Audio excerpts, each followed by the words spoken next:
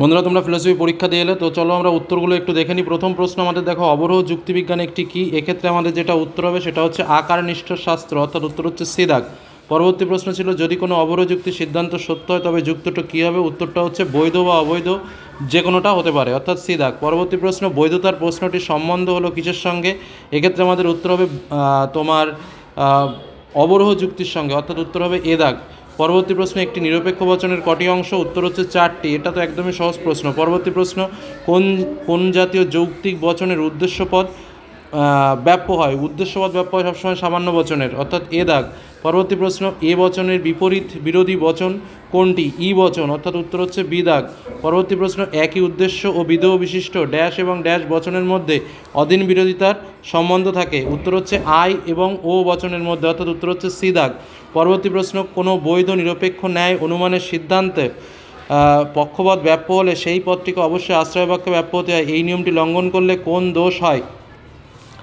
তো এক্ষেত্রে আমাদের যেটি উত্তর হচ্ছে অবৈধ পক্ষদোষ হবে। ঠিক আছে, উত্তর হচ্ছে অবৈধ পক্ষদোষ, অর্থাৎ বি দাগ। পরবর্তী প্রশ্ন হচ্ছে, চলে আসি, ন্যায়ের কোন সংস্থানে এপিএস এপিও স্ক্যাপো মূর্তি বৈধ হয়? তো উত্তর হচ্ছে কি? উত্তর হচ্ছে চতুর্থ সংস্থানে, অর্থাৎ উত্তর হচ্ছে ডি দাগ। পরবর্তী প্রশ্ন, মিশ্র প্রাকল্পিক ন্যায়ের সিদ্ধান্তটি হলো? মিশ্র প্রাকল্পিক ন্যায়ের সিদ্ধান্তটি হলো কোন বচন?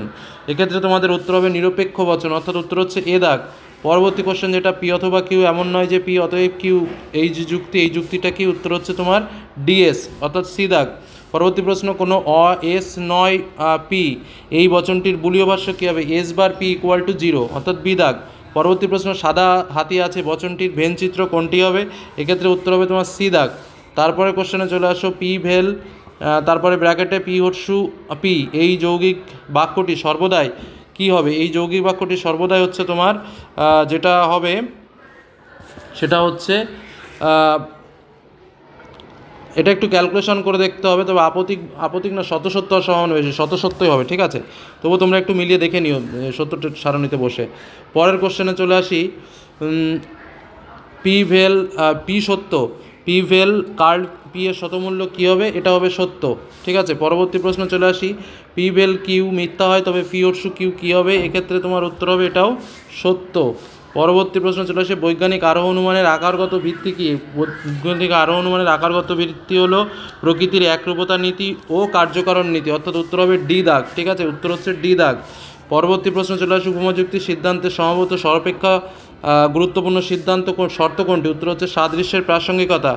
আরোহমূলক লাভ কোন যুক্তিতে? আরোহ যুক্তিতে। পরবর্তী প্রশ্ন, পরিমাণের দিক থেকে কারণ ও কার্য কথা সমান, একথা কে মনে করেন? উত্তর হচ্ছে কার্ভেট ড্রিড। তারপরে কোশ্চেন, ক হলো ক্ষয়ের আবশ্যিক শর্ত, এই শর্তের কথা হলো কি? উত্তর হচ্ছে যদি ক না ঘটে তবে খ ঘটে না, অর্থাৎ উত্তর হচ্ছে সি দাগ। পরবর্তী প্রশ্ন, বহুকরণবাদের সমর্থক কে? মিল ও বেইন, অর্থাৎ উত্তর হচ্ছে সি দাগ। পরবর্তী প্রশ্ন, নিচের যে পদ্ধতিটি কোনো অপ্রাসঙ্গিক ঘটনাকে বর্জন করতে পারে না তা হলো? অপ্রাসঙ্গিক ঘটনাকে বর্জন করতে পারে না, সেটা হচ্ছে স্বপরিবর্তন পদ্ধতি, অর্থাৎ উত্তর ডি দাগ। পরবর্তী প্রশ্ন যেটা রয়েছে, যে উপমাটা দেওয়া, উদাহরণটা দেওয়া রয়েছে দৃষ্টান্ত, এক্ষেত্রে তোমাদের এটার উত্তর হচ্ছে অন্যয় ব্যতিরেকে পদ্ধতি, অর্থাৎ যুগ্ম পদ্ধতি। তারপরে যে প্রশ্নগুলো রয়েছে যুক্তির কটি অংশ নিয়ে গঠিত, এগুলো তোমরা পারবে এবং খুবই সহজ প্রশ্ন এসছে। ওভারঅল ব্রড কোশ্চেন খুবই তোমরা কমন পেয়েছো, তো আশা করি পরীক্ষা সকলেরই ভালো হয়েছে। তো কেমন তোমাদের শর্ট কোশ্চেন হলো সেটা তোমরা কমেন্টে জানিও। ধন্যবাদ।